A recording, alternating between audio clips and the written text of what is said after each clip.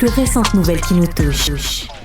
Alors Audrey, c'est à 10h30 ce matin que Pablo Rodriguez va confirmer la nouvelle qu'on sait déjà depuis quelques heures, c'est-à-dire qu'il quittera son poste de chef du Parti libéral du Québec. Oui, il va venir expliquer les raisons qui ont fait en sorte qu'il a annoncé ça hier après-midi. Les rumeurs s'emballaient, on s'en doutait un peu, c'était de savoir quand. On sait qu'il s'était accroché quand même, mais là, la pression était devenue trop forte pour Pablo Rodriguez, qui a annoncé son départ vers 14h hier aux membres de son caucus. Il y a des membres de son caucus, en fait, qui commençaient déjà à lui faire faux bond. Il a dit qu'il était une distraction pour le parti. Il a fait ça pendant une réunion de ses députés et membres du personnel, une brève rencontre. Juste avant, il avait rencontré sa garde rapprochée également. Les informations qui circulent, c'est qu'il était très émotif, en pleurs. Il remettait déjà en question son avenir politique mardi parce qu'il avait fait des appels à ses proches. Et s'il ne démissionnait pas, c'était son caucus qui l'aurait poussé vers la sortie. Son règne aurait été de courte durée, à peine 6 mois, le plus court, depuis effectivement. Ça n'a pas duré longtemps. Ça fait 1 mois qu'il a été empêtré dans toutes sortes de scandales liés à des enveloppes brunes, des brownies. Ce qui a fait mal, ce qui a mis peut-être le clou dans le cercueil, c'est les enveloppes de 500 $ remis à des gens pour le financement de sa campagne à la chefferie. Là, ce qui va arriver pour la suite, on verra. Là. Mais ce qui est dommage, c'est que Pablo Rodriguez, jamais on a la preuve qu'il était au courant. Non, en fait, le point que tu soulignes est important. C'est-à-dire que je pense pas qu'on remet en doute du tout l'intégrité de Pablo Rodriguez là-dedans. Le problème pour Pablo Rodriguez, c'est justement qu'il n'était pas au courant de rien. Alors là, tu regardes ça de l'extérieur, tu te dis, voyons, comment ça se fait qu'il n'est pas au courant de rien de ce qui se passe dans sa propre course à la chefferie, que dans le fond, à chaque fois, il l'apprend en ouvrant le Journal de Montréal. Ça marche pas, là. Tu peux pas être à la tête d'un parti politique ou de vouloir même gouverner le Québec, puis en étant à la remorque de tout ça. Il n'y avait pas le contrôle du tout de l'agenda. C'est la façon dont il a géré la crise qui n'a pas fonctionné. En réaction il y en a constamment. qui disent qu'on aurait sacrifié Pablo Rodriguez. Vous en pensez quoi? C'est pas tant qu'on l'a sacrifié ou pas, c'est que ça devenait intenable. C'est-à-dire que à partir du moment où ton caucus, qui est ton dernier rempart, là, te lâche ou commence à s'effriter, il y a une brèche dans ton dernier rempart, c'est sûr que t'es fini, c'est sûr que t'es fait. Là. Tu peux plus continuer dans ce contexte-là. Maintenant, la suite des choses, moi, j'ai hâte de voir. Là, on s'organise dans les coulisses du Parti libéral. Est-ce que ce sera un couronnement? Est-ce que ce sera une course? Moi, je vous le dis, là, on ferait une erreur d'y aller avec un couronnement. Dans le contexte actuel, là, il faut montrer patte blanche, il faut être vraiment transparent. Alors, personnellement, je préférerais un scénario d'une course. Mais là, faites-nous pas une course qui finit plus de finir comme la dernière fois. La dernière fois, c'était quoi, 3 ans? C'était long, c'était plate. Non, mais c'était beaucoup trop long. De toute façon, la fenêtre de temps, ils l'ont pas. On est en élection, là, en octobre. Alors, il faut que ce soit une course très courte. Mais moi, en tête, là, j'ai dit 1 mois, 4 semaines. On parle de 4 à 6 semaines en ce moment. Oui, mais je vois pas autre chose. Là. Hier, on a ouvert les lignes pour savoir qui vous pensez qui pourrait remplacer Pablo Rodriguez. Et honnêtement, à 80%, les gens disaient Marois Risky. Tellement qu'elle a fait une sortie. Elle a fermé hier. la porte ça, hier. Audrey, elle a fait une sortie non, hier. Elle a fermé la porte. Elle avait annoncé qu'elle voulait quitter la vie politique en 2026 pour s'occuper de sa famille. Elle reste sur ses positions. Donc, elle a fermé la porte. C'est vrai pour l'instant. Là, parmi les prétendants, c'est Charles Milliard et Carl Blackburn qui avait fini 2e et 3e lors de la dernière course à la chefferie. Donc, à moins d'un revirement, il pourrait se lancer encore une fois dans cette course-là. Charles Milliard, même hier, qui a fait une sortie disant que ça prenait un renouveau, un changement. Il s'est positionné hier. Charles Milliard, c'est celui qui s'est le plus positionné, le plus rapidement aussi. Moi, j'allais surveiller dans une course qui s'annonce à être très courte. Là, il faut que les prétendants sortent. Il faut qu'ils sortent vite. Carl Blackburn n'est pas sorti encore. Non, il n'est pas sorti. Et quand... regardons d'abord les noms. Là. Dans le cas de Charles Milliard, c'est sûr qu'il incarne un peu le renouveau, même s'il milite au sein du Parti libéral depuis plusieurs années. Tu sais, il ne traîne pas un passif. Là. Il ne traîne pas là, des casseroles ou des implications passées. Dans le cas de Carl Blackburn, bien que ce soit bien sûr une candidature de qualité aussi, ça fait longtemps qu'il est impliqué là, ancien au sein président du Parti libéral. de la Fédération des chambres de commerce du Québec. Est-ce que ça peut lui nuire, Mais ça? dans les deux cas, le grand public ne les connaît pas vraiment. Non. Ben, entre les deux, c'est sûr que M. Blackburn est plus connu. Charles Milliard, oui, peut avoir un déficit de notoriété, mais ça peut aussi l'avantager, le fait de ne pas être aussi connu que les autres. Il y a aussi des gens à l'intérieur du caucus Audrey. Oui, le nom de Marc Tanguay qui circule aussi, qui avait assuré l'intérim pendant 2 ans, 3 ans, après le départ de Dominique Anglade.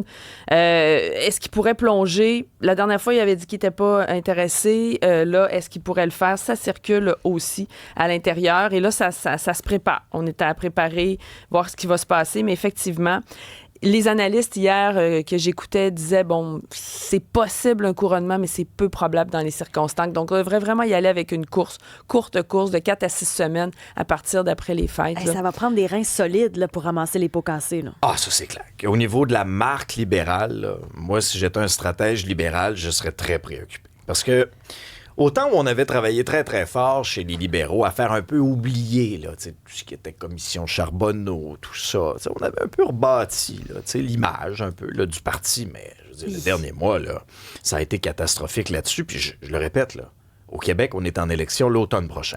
Ça va venir extrêmement, extrêmement vite. Il y a le nom d'André Fortin aussi qui circule, qui est un très bon parlementaire, vraiment qui est respecté, qui s'exprime bien. La dernière fois, n'était pas intéressé par la course pour des raisons familiales. Est-ce qu'il va changer d'idée? On verra. Faudra surveiller. Monsef Déragi aussi, j'entends ce nom-là.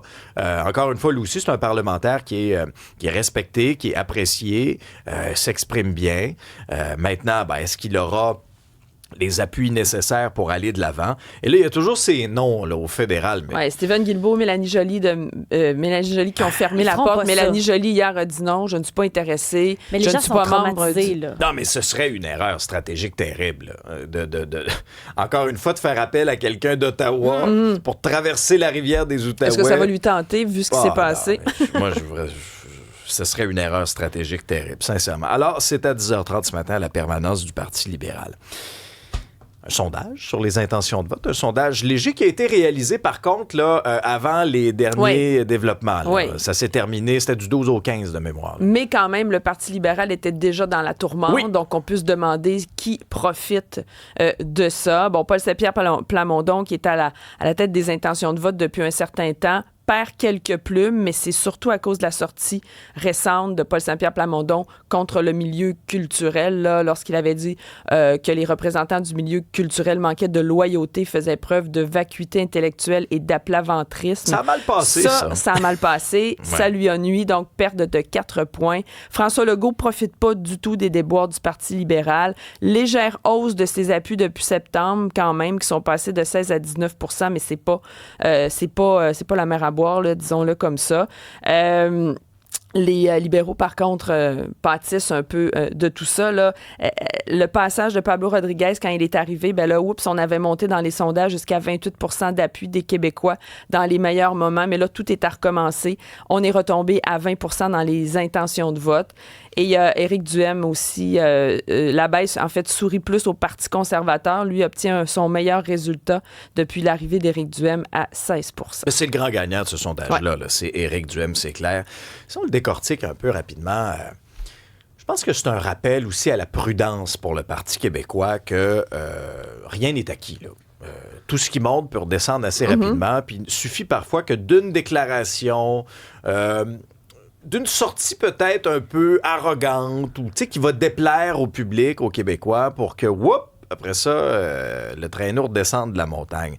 Pour ce qui est des libéraux, le prochain sondage, ça va être plus catastrophique que ça, j'en suis sûr. À la CAQ, je comprends qu'ils n'ont pas profité directement des déboires du Parti québécois, mais à force de grappiller un point de sondage à gauche, à droite, on s'était déjà dit dans le passé, si la CAQ arrive aux fêtes avec à peu près 20 % dans les intentions de vote. Bien, ils ont arrêté l'hémorragie. Exactement. On a stoppé la descente. Et là, on remonte tranquillement. Oui, un petit peu. Et souvenez-vous, dans les entrevues de fin d'année du premier ministre Legault, il disait « Le PQ ne restera pas aussi haut que ça. » Quand les Québécois vont réaliser qu'un vote pour le PQ, c'est un vote pour le référendum, lui, dans son esprit, il est convaincu qu'il pourra aller chercher, encore une fois, des appuis. Alors, ça peut bouger. En politique, là, on l'a vu cette semaine, là, ça bouge très, très, très rapidement. Et pour ce qui est de Québec solidaire, un gain de 1 quand même, parce que c'était sincèrement catastrophique. Là. Québec solidaire était plus marginal que jamais. On les entend pas présentement. On les entend pas beaucoup. Il y a eu des enjeux à l'interne également. Mais ça nous dresse un peu un portrait de la situation avant le temps des fêtes. Ce qui va faire jaser, là, autour de la table, autour de la dinde, autour des brownies. Hey, il va-tu s'en servir des brownies ça, cette là, année? il va tellement avoir de gags. Moi, tu vois, je vais peut-être changer de dessert. Tu vois. Oui, Il va falloir se mettre au carreau date. Ça se fait-tu des brownies dans l'air fryer? Peut-être. Mais bon, Audrey, la suite du dossier de nos collègues du journal sur tout ce qui se passe dans les cours d'école. Là. Il y avait, les recommandations des assureurs pour jouer sur une butte de neige en toute sécurité. Ça Je sais pas si énormément c'était jasé. attendu à ce que ça fasse autant jaser. Ben, s'ils n'en attendaient pas, ils étaient déconnectés, puis pas à peu près. Là. Ceux qui ont fait pas ces règles-là, mais ces recommandations-là. Mais là, c'est pas tout. Parce que là, dans le journal, ce matin, on a la suite. On peut plus faire grand-chose dans les cours d'école. Là. Non. Effectivement, j'en avais déjà glissé un mot, moi, quand je parlais de mes enfants qui devaient marcher à quatre pattes parce qu'il y avait de la glace dans la cour d'école.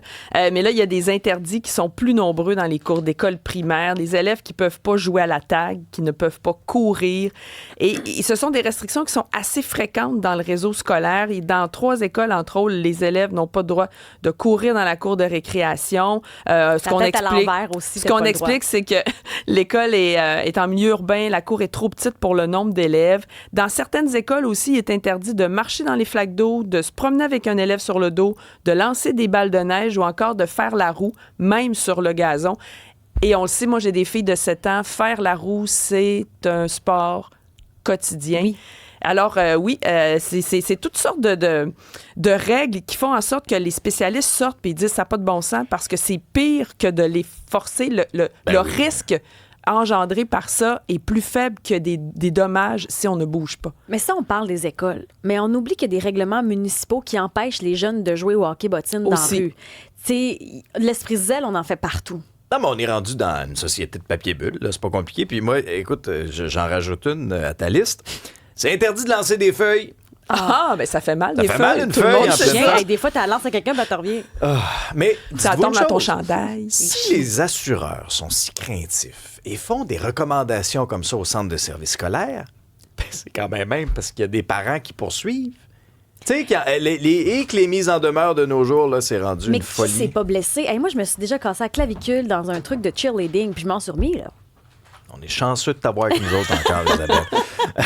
Un mot sur les Oscars qui seront, et ça c'est particulier, qui seront diffusés sur YouTube exclusivement. Ça, c'est une première. Surtout, on s'entend, les Oscars, c'est l'une des cérémonies les plus prestigieuses. On sait que l'entente avec ABC va prendre fin en 2028. Alors, on apprend que pour 2029, pour le 100e des Oscars, ce sera exclusivement disponible sur YouTube. L'année passée, c'est à peu près, là, si on arrondit, 20 millions d'Américains qui ont regardé. Ça peut sembler beaucoup, mais c'est la moitié moins qu'il y a 10 ans. Il y a 10 ans, c'est 40 millions de personnes qui regardaient ça.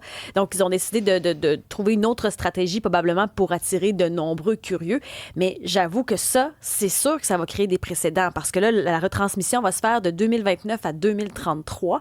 J'ai hâte de voir ce que ça va donner et qui emboîtera le pas pour imiter finalement ce que les Oscars vont faire. Est-ce que les Golden Globes et tous les autres vont suivre? Après ça, le Québec, le Canada, qu'est-ce qu'on va faire avec ça? Mais je trouve que ça marque un tournant, même si on le voit venir depuis un certain temps. C'est majeur, je trouve, comme annonce. Oui, bien on l'a vu aussi même dans le monde du sport. Hein, il y a plusieurs événements sportifs qui sont sur les plateformes. La lutte est sur Netflix. C'est un tournant. Mais localement, ça a quand même des impacts parce que pour le sport, il y a des équipes sportives qui rediffusent maintenant sur ces grandes bannières, puis il n'y a plus personne dans le stade parce que les médias locaux ne le couvrent plus. Parlant de sport, Charles-Antoine. Allô? Salut. Tu parles de hockey féminin? Tu sais quoi, j'ai décidé de vous offrir du hockey 4 niveaux ce matin. Débutons avec le hockey féminin. Victoire de la victoire hier. On poursuit cette tournée canadienne. Tu sais, l'an passé, on était venu jouer à Québec. On avait joué à Vancouver. Ah oui, dans les marchés qui n'ont pas d'équipe. Exact, mais ça a fonctionné pour Seattle et Vancouver, puisque cette année, elles ont ces villes de nouvelles organisations. Là, hier, on était à Halifax, du côté du centre du Scotiabank, où les Mooseheads d'Halifax jouent. C'est un duel Toronto-Montréal-Halifax, salle comble, 10 000 personnes. Première fois qu'il y avait du hockey féminin professionnel à Halifax. Et ça a été une belle victoire de la formation montréalaise. Marie-Philippe Poulain, puisqu'on va en entendre parler dans les 2 prochains mois, elle a été la seule tireuse à réussir en tir de barrage. Anne-Renée Desbiens, qui sera la gardienne québécoise, la fierté de Charlevoix, a été intraitable. Donc une 3e victoire de la victoire, 3e victoire consécutive. Équipe Canada junior. Ça va débuter le 26 décembre, le tournoi, les mondiaux juniors. Hier, c'était un match préparatoire à Kitchener, en Ontario. Une des prochaines vedettes, on l'espère, du Canadien, Michael Age, qu'on attend là, impatiemment à Montréal avec le Canadien d'ici peut-être 2 ou 3 ans, était centre du premier trio avec le prodige Gavin McKenna. McKenna a été solide. Le Canada a battu la Suède. On est rendu à 2 niveaux, là, hockey junior, hockey féminin. Ah oui? Allons-y avec la Ligue américaine. Ce soir, Samuel Montembeault est en action. Il sera partant à Cleveland. Le Rocket, c'est la meilleure équipe de la division. Cleveland, une des pires. Donc, beau terrain de jeu pour retrouver ses repères. Et terminons avec la Ligue nationale de hockey. Ce soir, le Canadien affronte les Blackhawks à Montréal sans Connor Bedard. C'est un coup de circuit, ça? Oui. Ah, t'as changé de sport, mais c'est très bon. C'est très bon. Bravo, Charles-Antoine. Ouais. Bravo! On est multiplateforme. Ouais, exact.